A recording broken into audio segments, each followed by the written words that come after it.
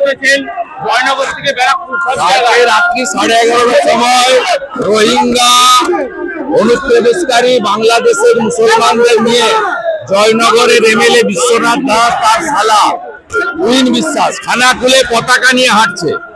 অবিলম্বে এই বিএলওদের কাছে কারণ জানতে চেয়ে যদি তারা স্বেচ্ছায় করে থাকে তাহলে এফআইআর হওয়া উচিত, আর তাদের যদি চাপ দিয়ে কেউ করিয়ে থাকে, যারা চাপ দিয়েছে তাদের বিরুদ্ধে এফআইআর হওয়া উচিত। আগামীকাল ইলেকশন কমিশনের সিনিয়র অফিসার জ্ঞানেশ ভারতী সহ অনেকেই বাংলায় আসছে। আমরা প্রস্তুত আছি অভিযোগ করার জন্য, আমরা প্রস্তুত আছি। এবং আবারও বলি, বিএলওরা যেটা করছেন তৃণমূলের চাপে ভুল হচ্ছে,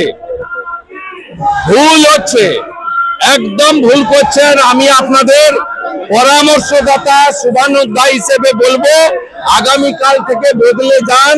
বিহারে 52 জন বিএলও জেলে আছে, 432 জনের নামে এফআইআর হয়েছে। আপনি যদি চাপে করেন, কে চাপ দিয়েছে তার বিরুদ্ধে এফআইআর করুন।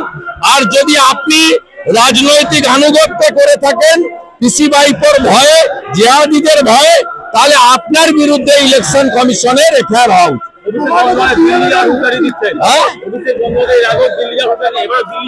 ওর কথার কোনো মূল্য আছে? এই লোকটাকে বলেছিল যে একে আমি হারাবো, ইনি ওকে 19 সালে হারিয়ে দিয়েছিল। 19-এর কথা মনে করুন।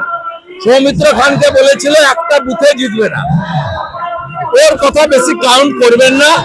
ওর একটাই পরিচয়, পিসির ভাইপো।